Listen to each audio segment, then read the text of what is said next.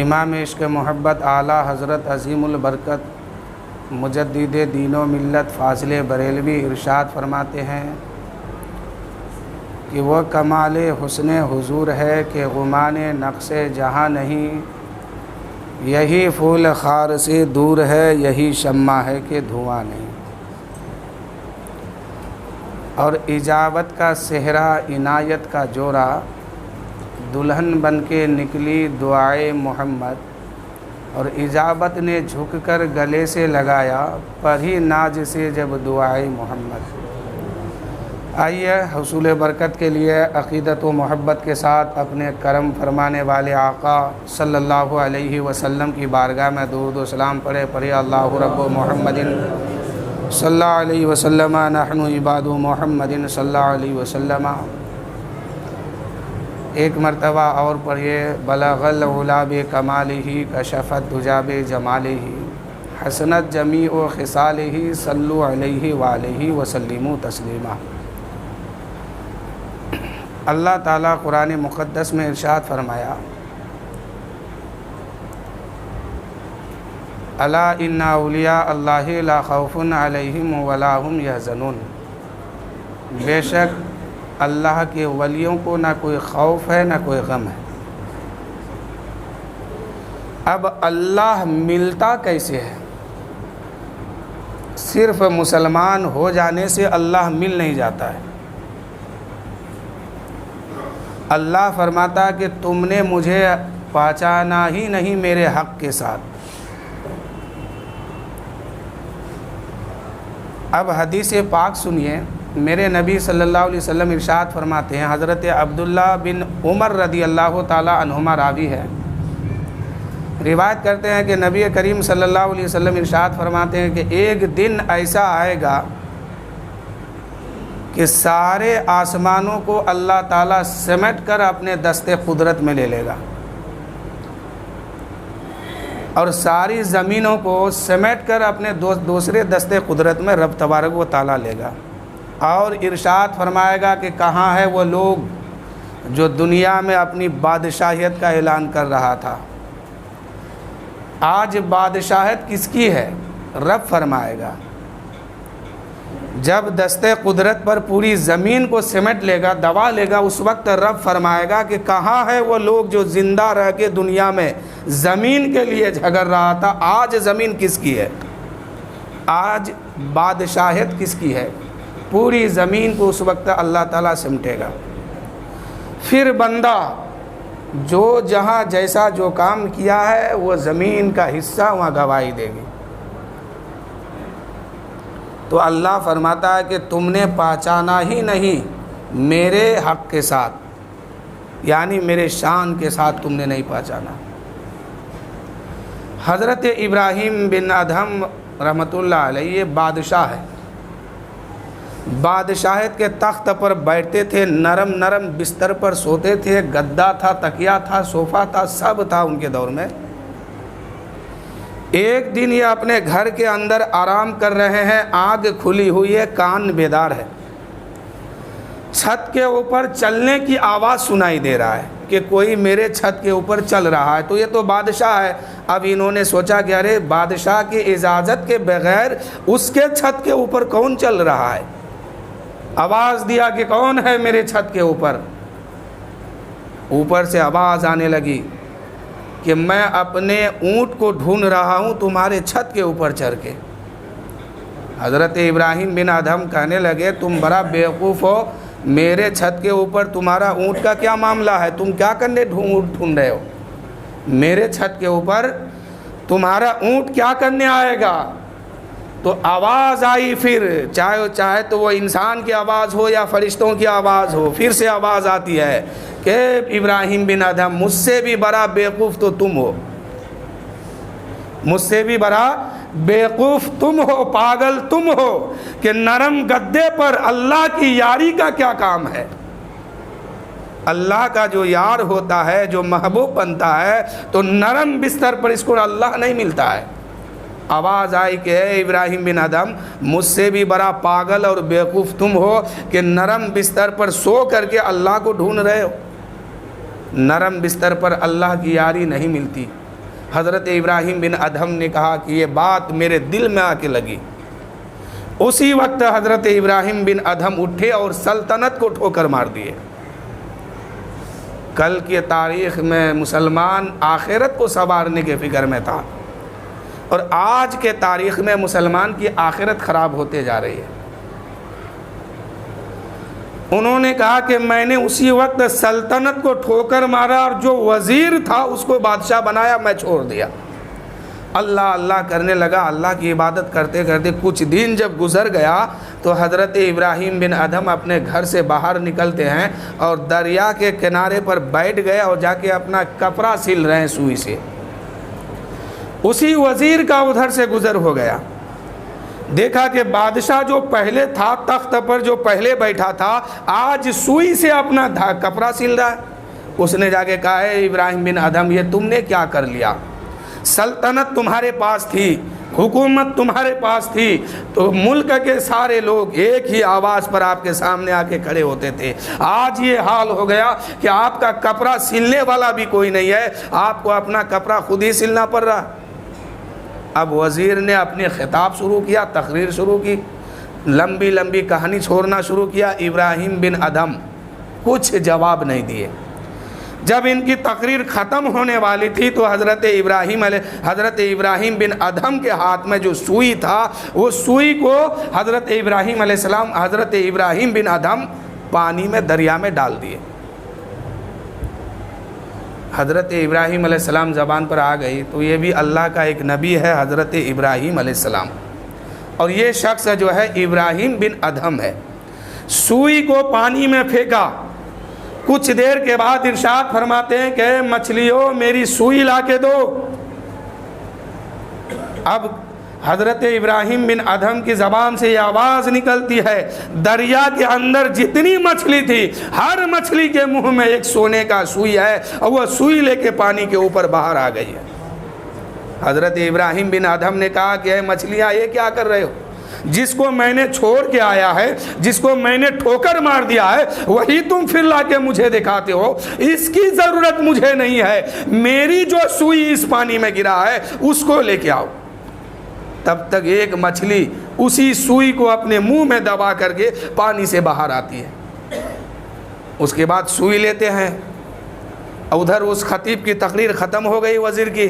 کچھ دیر کے بعد ارشاد فرماتے ہیں حضرت ابراہیم بن ادھم، اے وزیر یہ بتا کہ یہ حکومت اچھی ہے کہ وہ حکومت اچھی تھی؟ یہ بادشاہت اچھی ہے کہ وہ بادشاہت اچھی ہے؟ تم یہ مجھے بتاؤ، جب میں تخت پر بیٹھا تھا تو کائنات میں جو لوگ تھے، میرے ملکیت میں جو لوگ تھے، وہ لوگ ڈر کر کے مجھ سے پیار کرتا تھا۔ وہ لوگ میری ہیبت سے ان لوگ مجھے چاہتے تھے، اور میری ایک آواز پر پورے لوگ جمع ہو جاتے تھے، پورے قبیلے کے لوگ سامنے آ کے کھڑے ہوتے تھے۔ تو وہ میری طاقت تھی اور ہیبت تھی ان لوگوں کے اندر کہ وہ لوگ ڈر کر کے کھڑے ہوتے تھے۔ لیکن ان لوگوں کو میں نے چھوڑ دیا، حکومت چھوڑ دی، سلطنت چھوڑ دی، اور اللہ سے جب میں نے پیار کرنا شروع کیا، اللہ سے محبت کی، تو اللہ تعالیٰ سے جو ہی میں نے محبت کی، اللہ نے اپنی خدائی میرے سامنے کر دیا۔ آج میری طاقت دیکھو کہ سمندر کے اندر، دریا کے اندر مچھلی ہے، اگر میری سوئی گر گئی ہے تو یہ اٹھا کے لا کے دیتے ہیں۔ ہے یہ حکومت تمہارے پاس؟ وزیر رونے لگا، اور وزیر کے ساتھ جو نوکر آیا تھا اور جس جانور پر وزیر بیٹھ کے آیا تھا، وزیر نے اپنے نوکر کے ہاتھ میں اس جانور کا لگام تھمایا اور کہا کہ جاؤ اس کو محل میں لے جا کے باندھ دو، آج سے حکومت تمہیں دیتا ہوں، آج سے حکومت تم کرو، آج میں حکومت کو بھی ٹھوکر مارتا ہوں، وہ حکومت اب مجھے نہیں چاہیے، یہ حکومت اب چاہیے۔ آج وہ حکومت اب مجھے بھی نہیں چاہیے، اب مجھے تو حکومت یہ چاہیے، اب مجھے سلطنت یہ چاہیے، یہی بادشاہیت اچھی ہے، وہ نہیں ہے۔ تو اللہ سے محبت کیجئے۔ آج زمانہ نے جس سے محبت کیا ہے نا، یہ فانی ہے، یہ باقی رہنے والی چیز نہیں ہے، نہ کوئی کام کی چیز ہے۔ حضرت ابراہیم بن ادھم بادشاہ تھے، اللہ جس کو ہدایت دیتا ہے تو کوئی نہ کوئی ذریعہ بناتا ہے، کسی نہ کسی ذریعے سے بندے کو ہدایت دے کر کے اپنی بارگاہ میں بلا لیتا ہے۔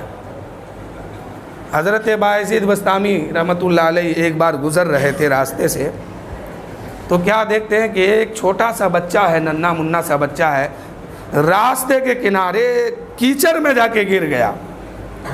اب کیچڑ میں جا کے پھنسا ہے بچہ، جوں ہاتھ مار رہا ہے اور دھستے جا رہا ہے۔ لوگ ادھر سے گزرتے، کوئی اٹھانے والا اس کو نہیں ہے۔ آج ہم کہتے ہیں نا کہ ہم لوگ نماز پڑھتے ہیں، مصیبت ہم پر آتی ہے، روزہ رکھتے ہیں، ایمانداری یعنی نیک راستے پہ چلتے ہیں، مصیبت آ کے گھیر لیتی ہے۔ اس واقعے سے اپنے آپ کا ذہن صاف کیجیے۔ حضرت بایزید بسطامی کہتے ہیں کہ جوں وہ بچہ کیچڑ میں ہاتھ مارتا کہ ہم باہر نکلے، تو وہ بچہ زمین کے اندر دھستا جا رہا ہے۔ کیچڑ اس کے کبھی چہرے پہ لگتا، سر پہ لگتا، ہاتھ پیر پورا جسم گندا ہو گیا۔ لوگ ادھر سے جا رہے ہیں، کوئی آ رہے ہیں، لیکن کوئی اس کو اٹھاتا نہیں ہے، کوئی اس کو صاف ستھرا نہیں کرتا۔ وہ بچہ کیچڑ میں چلا رہا ہے۔ کچھ دیر کے بعد اس کی ماں کی گزر ادھر سے ہو گئی۔ ماں نے دیکھا کہ میرا بیٹا کیچڑ میں پھنسا ہے اور کیچڑ میں گندا ہو گیا، اس کا ہاتھ پیر چہرہ آنکھ منہ ناک کان بال سر سب گندا ہو گیا ہے۔ ماں نے کیا کیا؟ بچے کو اٹھایا، کیچڑ میں اتری، بچے کو اٹھایا، 2 تماچا لگایا، اس کے بعد پانی سے اس کو دھولا، صاف ستھرا کیا، عطر کاجل سب لگایا اور گود میں لے کے چمکا رہا ہے، محبت کر رہی ہے۔ یہ منظر حضرت بایزید بسطامی رحمۃ اللہ علیہ دیکھ رہے تھے۔ شروع سے آخر تک جب یہ منظر دیکھا، حضرت بایزید بسطامی کی چیخیں نکل گئی کہ یا اللہ یہ کیا منظر ہے، یہ تو بچہ تھا، کیچڑ میں گرا تھا، کوئی اسے نہیں اٹھایا، لیکن ماں کی نظر پر گئی تو کیچڑ کو کیچڑ نہیں سمجھا، اتر کے اٹھا لیا۔ ٹھیک ایسے ہی جب بندہ زیادہ بہک جاتا ہے، بندہ جب زیادہ گناہ کے طرف جاتا ہے، تو رب فرماتا ہے بندہ تو میرا ہی ہے، اس کو ہدایت دینا تو میرا کام ہے، اس کو راستے پہ لانا میرا کام ہے۔ تو پھر رب کیا کرتا ہے کہ اس بندے کو عذاب میں مسلط کرتا ہے، تکلیف میں مسلط کر دیتا ہے۔ بندہ جب تکلیف میں ہوتا ہے، عذاب میں پھنستا ہے، تو پھر وہ بندہ اللہ کا نام دل سے لیتا ہے۔ اللہ وہ بندہ دل سے کہتا ہے۔ آپ غور کیجئے، آپ کے ہاں یا کہیں اڑوس پڑوس میں کوئی بیمار ہوتا ہوگا تو وہ دل سے اللہ کو پکارتا ہے، دل سے وہ اس بات کو مانتا ہے کہ اللہ ہے، اور جب تک وہ سکھ میں رہتا ہے، جب تک چین کی سانس لیتا ہے، تو خدا کون ہے یہ پہچانتا بھی نہیں۔ تبھی تو خدا فرماتا ہے قرآن میں کہ اے بندہ تم نے مجھے پہچانا ہی نہیں میرے حق کے ساتھ، اس لیے تم تباہ ہو گئے۔ تو حضرت بایزید بسطامی کہتے ہیں کہ اللہ تعالیٰ بھی ایسے ہی کچھ کرتا ہے تاکہ بندہ سیدھے راستے پہ آ جائے۔ اب جب بندہ سیدھے راستے پہ آتا ہے تو اللہ تعالیٰ فرماتا ہے روز قیامت کے منظر کو سامنے لائیے۔ حضرت قاضی ثناء اللہ پانی پتی رحمت اللہ علیہ فرماتے ہیں کہ روز محشر جب قائم ہوگا، تمام نبیوں کی امت ہوگی، اس وقت میرے نبی صلی اللہ علیہ وسلم کی امت کو زیادہ مقام اور زیادہ اجر دیا جائے گا۔ تو دوسرے نبی کی امت کہے گی مولا امت محمدیہ کے لوگوں میں کسی کی عمر 40 سال 50 سال 60 سال 100 سال سے نیچے ہے اور پھر یہ انتقال کر گئے، اتنے ہی دن یہ عبادت کیا، ہم لوگوں کی عمر تو 200 سال ہے 500 سال ہے 1000 سال ہے 900 سال ہے، ہم لوگوں نے اتنی عبادت کی لیکن اجر ان سے کم مل رہا ہے اور اس کو اجر زیادہ دیا جا رہا ہے۔ تو رب فرماتا ہے کہ اے میرے بندے ہم عبادت کے بل پر ہم اجر نہیں دیتے ہیں، عمر کے بل پر اجر نہیں دیتے ہیں، ہم تو محبت کے بنا پر اجر دیتے ہیں۔ یہ میرے محبوب کا کلمہ پڑھنے والا ہے اور یہ مجھ سے زیادہ محبت کرتا ہے، اس لیے تم سے زیادہ اجر اسے عطا فرمایا۔ اب وہ کہے گا اور نبی کی امت کہیں گے، قاضی ثناء اللہ پانی پتی اپنی کتاب میں لکھتے ہیں کہ اور نبی کی امت کہے گی کہ مولا وہ کیسے؟ تو رب فرماتا لے ظاہر کر کے دکھا دیتا ہوں، لے کر کے دکھا دیتا ہوں، تم دیکھ لو کہ ان کی محبت اور تمہاری محبت میں کتنی فرق ہے۔ تم کہتے ہو کہ عمر میری زیادہ ہے، نیکی مجھے زیادہ ملنی چاہیے، اجر زیادہ مجھے ملنی چاہیے، ان کی عمر تو کم ہے لیکن اجر میں یہ کیوں آگے بڑھ گیا؟ تو لو دکھاتا ہوں۔ اس وقت اللہ تعالیٰ اپنے حبیب کی امت کے ولیوں کو بلائے گا۔ ولی بننا آسان نہیں ہے، بہت مشکل کام ہے. اللہ آزماتا ہے بندے کو, تب جا کے ولایت کا مقام عطا فرماتا ہے. ولایت کا بھی کئی قسم ہے. کوئی تو ماں کے پیٹ سے ہی ولی بن کے آتا ہے, کسی کو آزمانے کے بعد ولایت دی جاتی ہے, اور کسی کے نگاہ سے بھی کسی کو ولی بنا دیا جاتا ہے. غوث اعظم کی بارگاہ میں ایک پیر صاحب پہنچے تھے اور کہنے لگے کہ بڑے پیر, میں نے سنا ہے کہ آپ لوگوں کو بہت قیمتی کھانا بھی کھلاتے ہیں اور لوگوں کو نوازتے بھی ہیں. کہا کھانا ہی کی بات کرتے ہو, میں تو ولایت نوازتا ہوں. کہا کہ وہ کیسے؟ اعلان کیا کہ 70 ہزار چور, ڈاکو, گنڈا, موالی, شرابی, کبابی کو پکڑ کے لاؤ. اچھے آدمی کو نہیں حکم ملا, جو چور ہے, گنڈا ہے, جو سب سے ختم آدمی ہے, ایسے لوگوں کو پکڑ کے لاؤ. 2 مرتبہ غوث پاک فرمائے کہ 70 ہزار لوگوں کو لاؤ. اب مرید گئے, محلے میں جتنے چور تھے, گنڈا, موالی, شیطان قسم کا آدمی تھا, سب کو پکڑ کے لایا. جب لایا تو کہا کہ حضور لے کے آ گئے. اس وقت غوث اعظم جو ہے نگاہیں نیچی کر کے تھے. ارشاد فرماتے کہ لے کے آئے ہو تو ٹھیک ہے, 70 ہزار کو میرے بائیں طرف کھڑے کر دو اور 70 ہزار کو میرے دائیں طرف کھڑے کر دو. اور غوث پاک نے ان لوگوں کو کوئی وظیفہ نہیں دیا, کوئی طریقہ نہیں بتایا. غوث اعظم فرماتے ہیں 70 ہزار کو دائیں طرف کھڑے کرو اور 70 ہزار کو بائیں طرف کھڑے کرو. غوث پاک سر جھکائے ہوئے زمین کے طرف دیکھ رہے تھے, پتہ نہیں کہاں تک دیکھ رہے تھے. سر اٹھاتے ہیں, ارشاد فرماتے ہیں اے پیر صاحب دیکھ لو, 70 ہزار ادھر ہیں, ان لوگ ولی بن چکے ہیں, اور 70 ہزار ادھر ہے, یہ لوگ بھی ولی بن چکے ہیں. تو ولایت کبھی کبھی نگاہ سے بھی مل جاتی ہے, کرامت سے بھی ملتی ہے. تو اس وقت اور نبی کی امت کہے گی مولا وہ کیسے؟ تو رب فرمائے گا کہ لو میں کروا دیتا ہوں, دکھوا دیتا ہوں. اب وہاں بلایا جائے گا غوث اعظم کو, غریب نواز جیسی ہستی کو بلایا جائے گا, مخدوم سمنا کو بلایا جائے گا, اعلیٰ حضرت فاضل بریلوی کو بلایا جائے گا, اور وارث دیوا کو بلایا جائے گا, یعنی صابر کلیر, ایسے ایسے ولیوں کو بلایا جائے گا. اس وقت یہ ولیوں کی جماعت رب کی بارگاہ میں کھڑے ہوں گے, اور رب فرمائے گا اے ولیوں کی جماعت تو یہ بتاؤ کیا تم لوگ مجھ سے محبت کرتے ہو, مجھ سے پیار کرتے ہو؟ یہ ولیوں کی جماعت اور ولیوں کی ٹولی کہے گی مولا اس میں پوچھنے کی کیا بات ہے, تو دل کی حال جانتا ہے, کیفیت جانتا ہے. رب فرمائے گا اگر تم مجھ سے محبت کرتے ہو